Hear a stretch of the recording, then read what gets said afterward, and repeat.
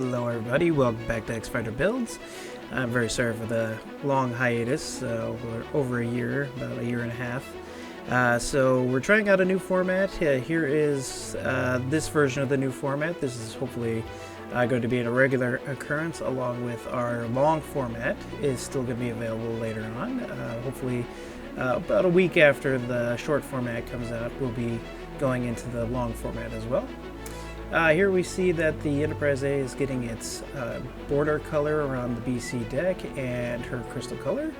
So we're trying out the detail colors for this. And then the Enterprise ends up needing to have its darker blue border repaired as well because of being in storage out in the garage for so long. It had some different errors on it. So, and then we also are showing that the Enterprise A is going to be getting the lighter gray colors on the little gray boxes that are also on the BC deck right there. So you get the dark gray or darker gray. It's not very dark gray, it's pretty light. And then you end up putting the light gray boxes in after that. It's actually easier to airbrush them in. I've tried painting them and that doesn't work too well. So this is us masking off this area in front of the crystal. It is that dark blue color as well, and if you didn't know that the dark blue color actually fades off, kind of off to the sides here, instead of having like a very sharp cutoff, it fades away. So you do that by doing basically a tape back, and then you can fade that color off. It doesn't have like a sharp break, it actually just kind of fades away. You got to make sure that your masking is really good around this area because you don't want to redo this. I think I've had to redo it a couple times. So you please do it a little better than me. But yeah, that's the tape back method. You just kind of roll the tape back towards the edges and it kind of just fades away. If you look at the Christie's auction, that's how the Enterprise A looks and the Enterprise. Because that's not one of the detail areas that changes from ship to ship. So this dark blue color I'm really happy with. We should have enough to do both ships and both the drive section and the rest of the saucer section should have enough of this dark blue paint, which I'm happy with. It did take a while to get these tones correctly, so. And I'm really happy with that light blue color too.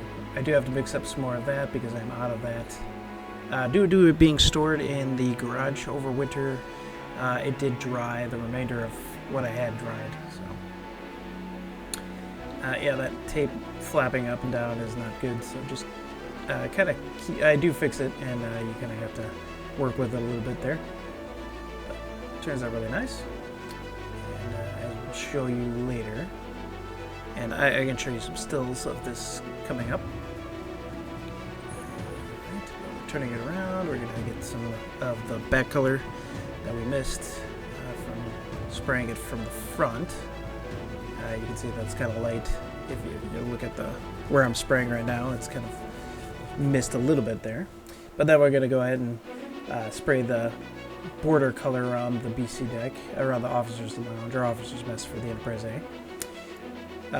I have mentioned before, but you're better off doing the whole thing in that gray color and then coming back and just spraying over the white. The Vallejo paint over each other very nicely. They have no issue covering each other. Like I even went from a darker gray to a lighter gray when I mixed up the colors, and it turned out beautifully. Here we're going to be doing the diffusion disc for the Enterprise A. This diffusion disc and these parts originally it was from Shapeways, but now it is on things.com, and it is from Spaceway Parts. Still the same guy. It is really good. I highly recommend it. It is a beautiful piece. I will always buy those again when I do future ones. So here the only problem with any Thangs parts or Spaceway parts, they don't have any diffusion lenses, but honestly the grills and the way that the Impulse engines look is so great, you have to go with this part. So yep, you put your own diffusion lenses in, which comes from basically a clear cup. Here I had to do some repairs for the Enterprise's bridge because with so many covers of the Tamiya fine primer, it just got rid of a lot of that detail. So I scraped away much of the paint, and then we came back with some Vallejo white, and it turned out way better. Now, don't get me wrong, Tamiya paint is great, and it works great for the majority of the model, but it doesn't cover very well, and it seems to build up really fast. So we came back to the bridge in that Vallejo white, and it just came out so much nicer. And all the details stayed. So here we just show some pictures of us doing the blue paint around the bridges for both of them. And then this is the lighter blue.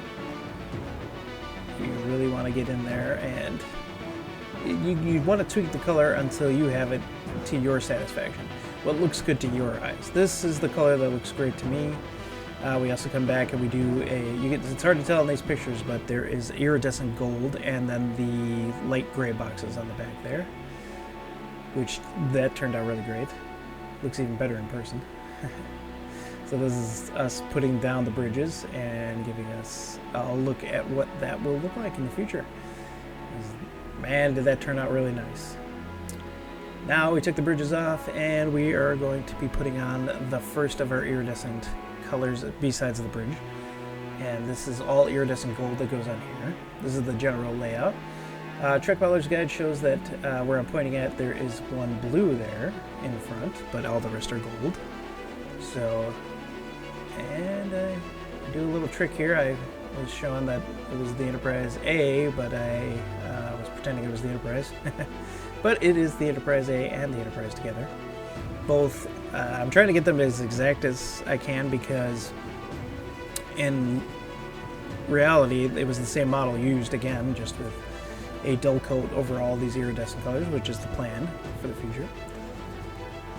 We do decent spread. These iridescent colors spread really nicely. I think I go back and touch this up a little bit because one of the gold pieces ends up not showing up too well.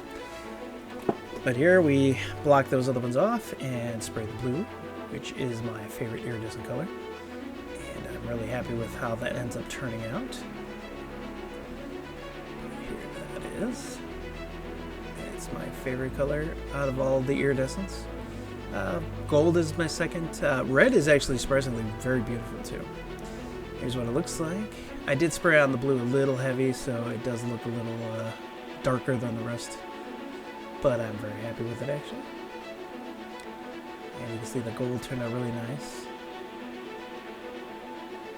You gotta be careful with these iridescent colors, because they do turn out really beautiful, but they can come out dry if you let them sit for too long.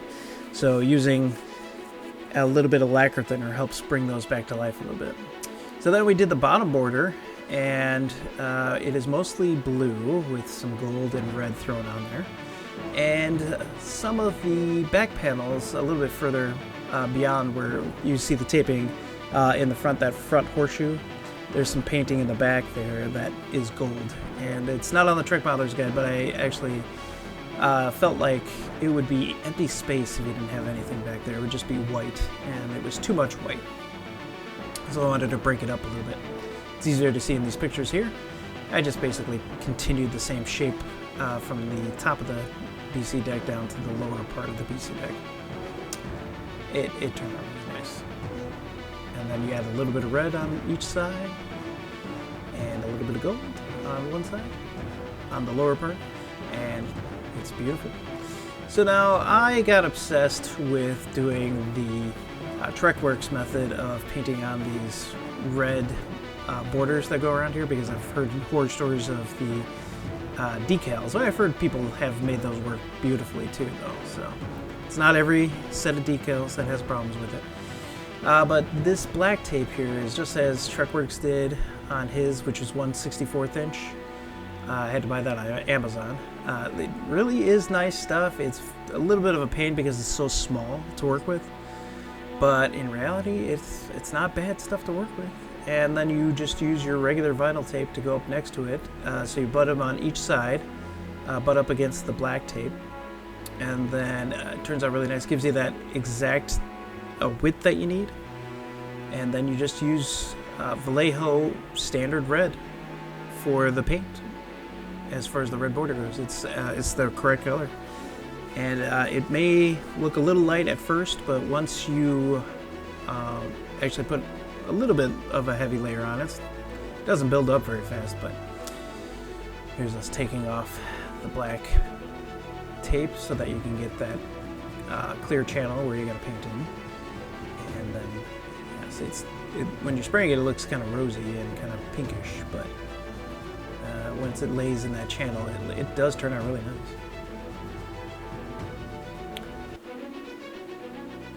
So then you continue on. We did the same thing for the Enterprise A. You just take the same exact border off. Do the same thing. Now I went through a lot of tape just to do this BC deck. And here's some stills of that.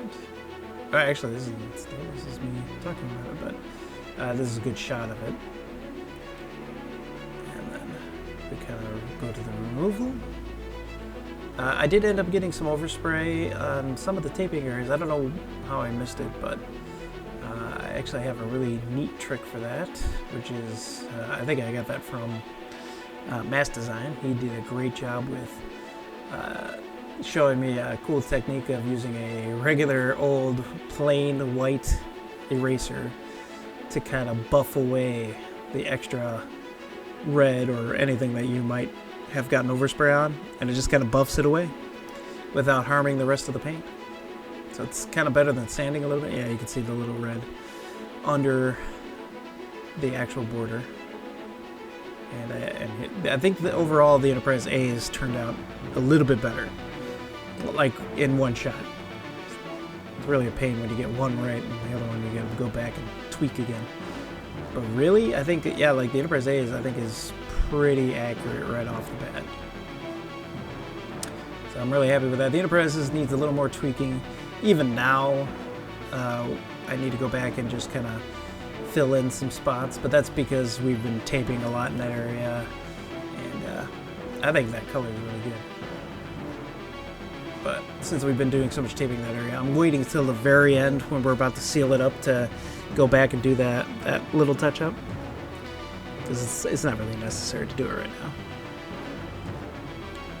So we're still in the middle of doing some masking in that area.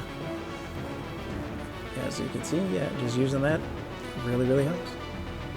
So now we're moving on, and we are getting our final wiring done, and we're laying down the rooms.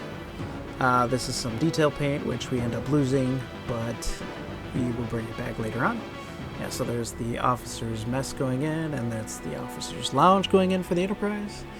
You can see this mess of wiring because everything is in there. Oh, and then you also have the rec deck going in as well. And then we fade in, and here are the two beautiful ships getting their 24-hour light test going. And they are both tied into the same board for right now.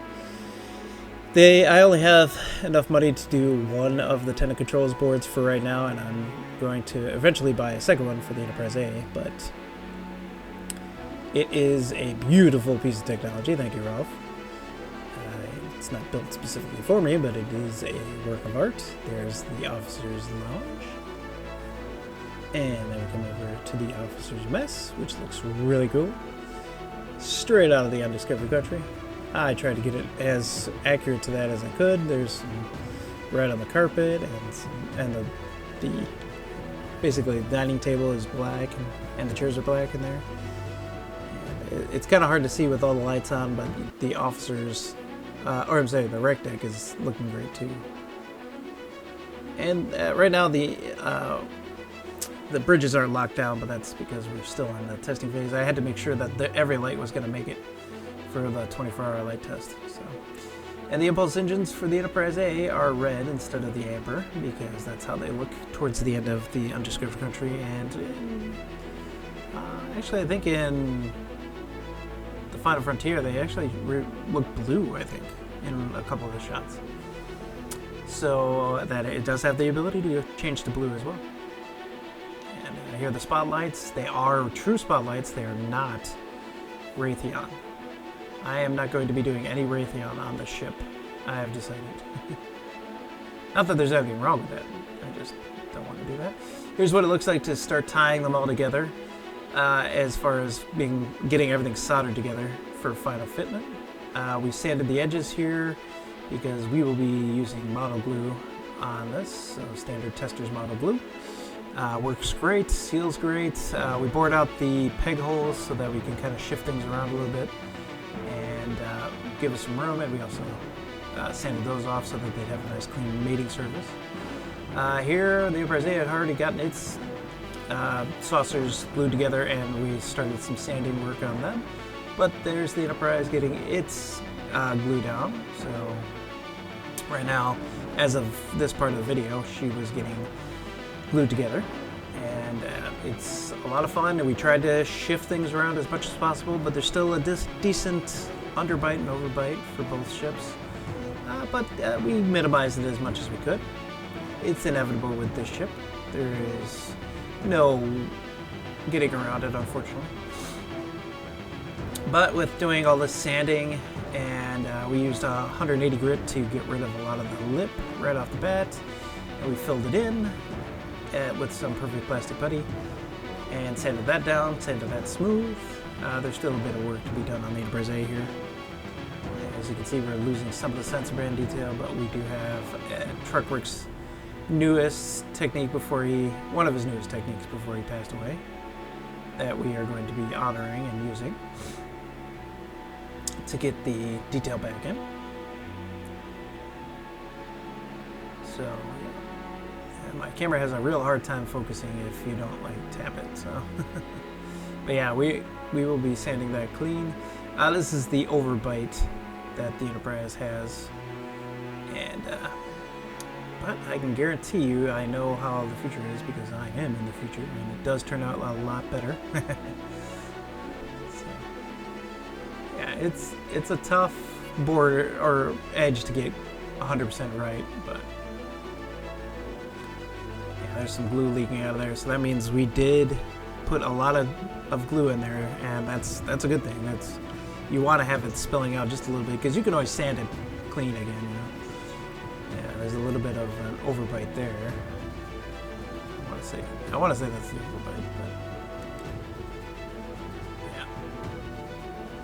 So there's a little bit of tweaking to do, but once you tweak it, once you sand it 180, it turns out really nice. Here's some of the damage that I had discussed in one of my earlier videos, that from something that happened with my kids, and it got flipped over and it got damaged a little bit, but all that got fixed, and it's fixed now. So here is what the final sanding looked like before we do the filler primer that we usually use, the gray filler primer.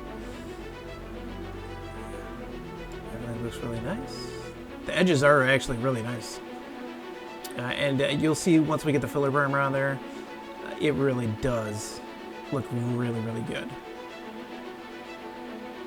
I'm actually really proud of how she turned out.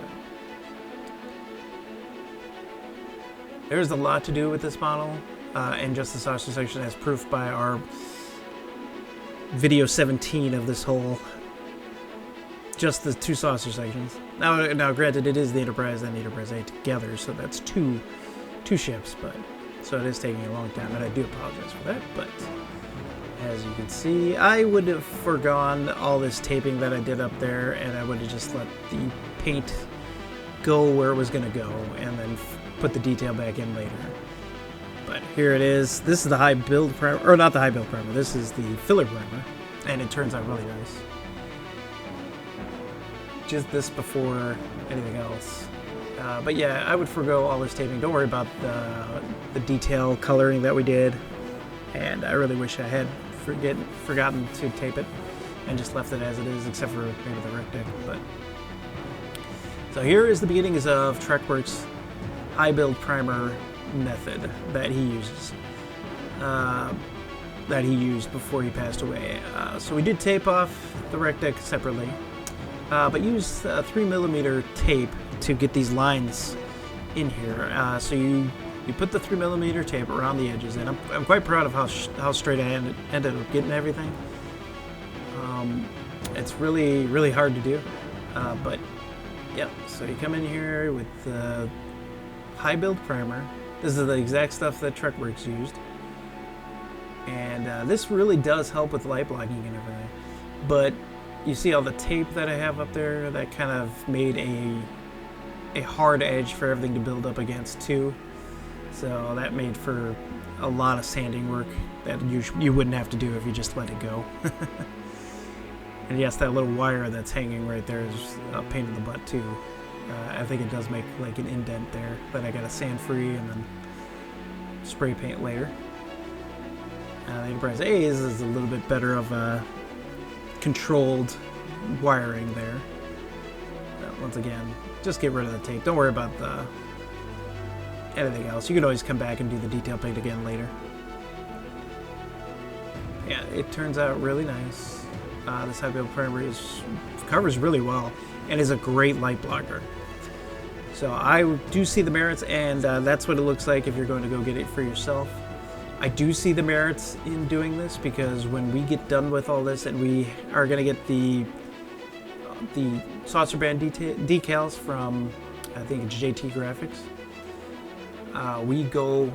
they will sit in those recesses and it'll be like flush with each other. You won't even be able to tell that there's a decal there at all. So here you remove the masks, then you just tape up that. I would do the rec deck a little bit differently now, definitely. I would, later on I show what I would do differently. But yeah, using this high build primer, now you take the tape off and then you do 1 or 2 more coats of it. And this stuff is very noxious, so don't use in an enclosed area. Right now I'm inside my house, but I have this paint booth going at maximum speed, and then it has a carbon filter to take out a lot of the toxin, and I have an open window or 2 in the house to kind of get things rolling, because this is winter when I was doing this. So be very careful, because wear a respirator as well. It's noxious. It's very bad. So we did that on the Enterprise and the Enterprise A. This is the Enterprise A. It turned out beautifully. And the one thing I will say about the high build primer, it's really hard to cover after this. As we take off a bunch of all the tape, look at all that. There's borders there, so you have to sand all that down. And so you lose that detail anyway. And then we come back with automotive duplicolor white primer first, and kind of to cover the gray as much as possible. And then we will eventually come back with Tamiya white primer and cover that. I think it took 2 or 3 cans of that between both ships to cover and get back to the white we're looking for. So I used the tape back method for this too. It kind of gives you a better chance of not getting a hard edge. So if you want to use that, but there's after several coats of the Tamiya white primer, and that's what I did for the rec deck. I put pieces of cardboard in those windows to kind of block the paint from getting in there, so we wouldn't have a hard edge around there too. This is after sanding and sanding to 1,000. This is sanded to 1,000 right now. It's really smooth, looks great, and all of our Aztecing and the BC deck is still completely intact. So now we move on to my favorite thing, which is doing the D-deck iridescent colors. So the polytranspire iridescent colors. This is from Orbital Dry Dock. This is the masking kit that he gives you. I will say that maybe the D-deck doesn't need as many wedges. If Orbital Dry Dock was still in business, I would definitely recommend him, though. His aren't quite as detailed as, say, the Mass Design kit, but it's still a really good kit, man. And I'm really happy with it. Now, the tackiness is really bad right now because of how old the masks are, but that's not Orbital Dry Dock's fault. Even on his website, it does say that, or it did say before it got taken down, that you should buy about 2 to 3 months in advance, no later than that. But yeah, I love this pattern that goes around the impulse crystal. It's really nice, and I have looked it up. It's pretty accurate too. It does have like those 3 lines on each side, and then each one of those little squares there. So he did a really good job with that. And that's all gold up there. This is all gold that has been removed, and you can see those areas that are opened up are meant to be gold there. So it's really nice. There are too many wedges here compared to the way that Mass Design's kit is and his masking kit, and the way that the Trek Modeler's Guide says to do this. So it's a little overboard as far as those go, but we made it look good. Yep, that's the polytransfer gold. Iridescent gold, or shimmering gold, I think they call it. Beautiful stuff. I think I go back and do this impulse crystal area about 3 times. My airbrush ended up having like a clog, so it wasn't quite letting the paint go as well as it should have. And every time you get close to those edges, you gotta tack them down a little bit, or tap them down a little bit. It is really nice paint, though, this iridescent gold, when you get it to work right. So now we switch to my absolute favorite color, which is the blue. And blue comes out really nice. And yes, I've had to, at this point, start using regular masking tape to kind of help the blue out a little, or help the paint masks a little bit, because they are starting to fail. But like I said, these are really old by masking standards. Here you can use a heat gun or a hairdryer to kind of accelerate the polytransparent paints drying. They do dry pretty fast on their own though, so you don't have to worry too much about that. But we wanted to get right into this color, which is red. It is a very, very beautiful color. It turns out really nice. Around the back there, you do have to do a couple red spots, and it's supposed to have a white in the center, but my masks didn't have that, so it ends up being red on both sides and then blue in the middle.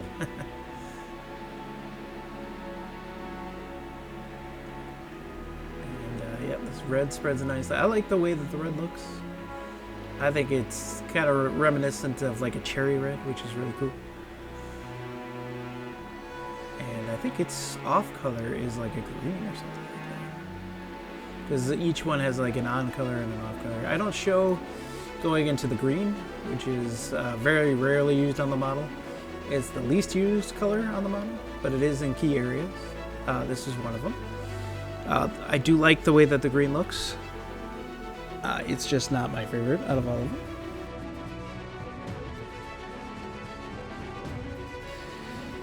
So here I'm just kind of explaining and going over how we did that. And yeah, like I said, all these paint masks started to fail, but the beautiful part about this is I get to transfer all these over to the Enterprise A, which is awesome. As you can see, we already switched over that impulse crystal area to the Enterprise A.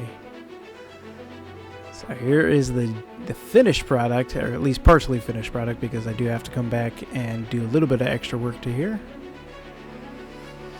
As you can see, when I pick it up here, they iridesce really nicely. I kind of like this really subtle look. This is not how they end up looking later, but I kind of like this more subtle look. But they are a little grainy when you touch them at this point.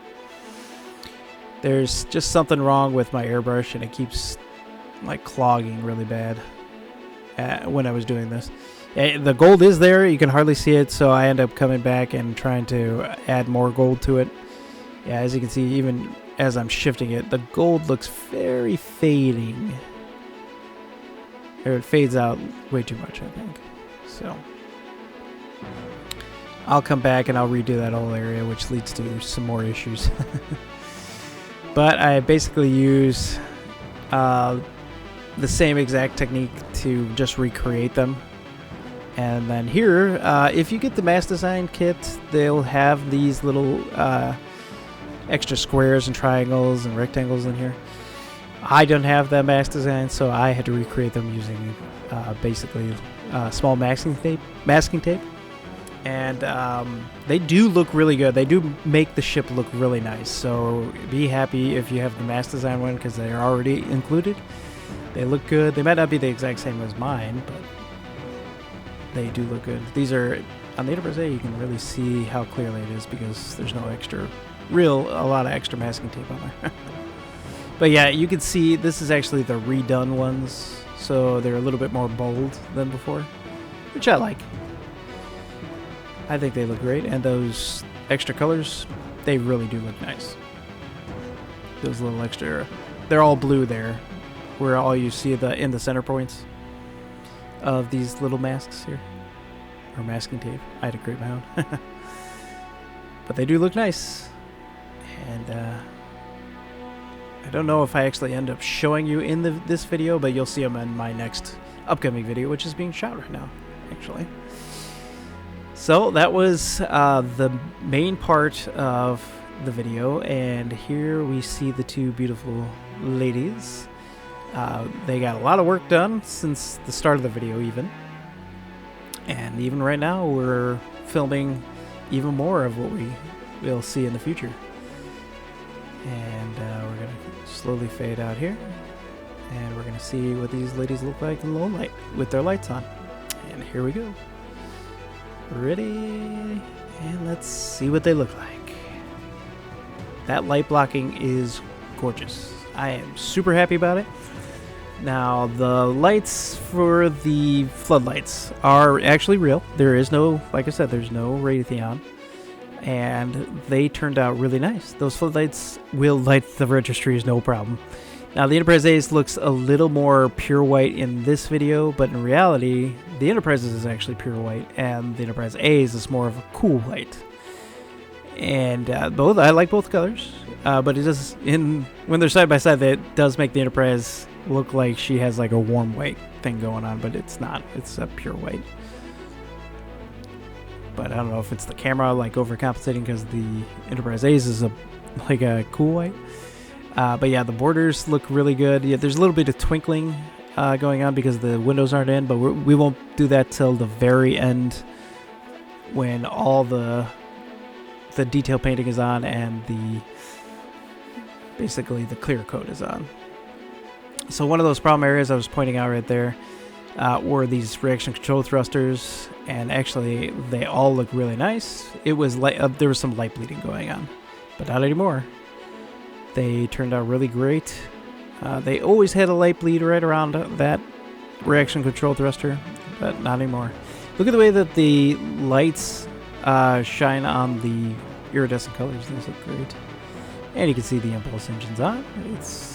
I couldn't get around to the other side because of the way that the camera was, so I'm kind of just hovering over the tops of these. And there's the red impulse engines again for the Enterprise A.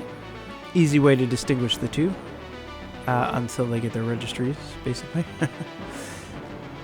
But yeah, they are basically twins, which is the sister ships. That's why I call them sister ships, because they're both being built at the same time. And they're blinking in sequence. All of their lights are working right now, and they look great. Those floodlights look great. The underside floodlights work amazing. I'm really happy with this. I thank you very much for being very patient with us. Sorry it took over a year to get back to this, but we will be back soon. I hope you like this new format. We are endeavoring to branch out and try to make this a little bit more accessible to everybody.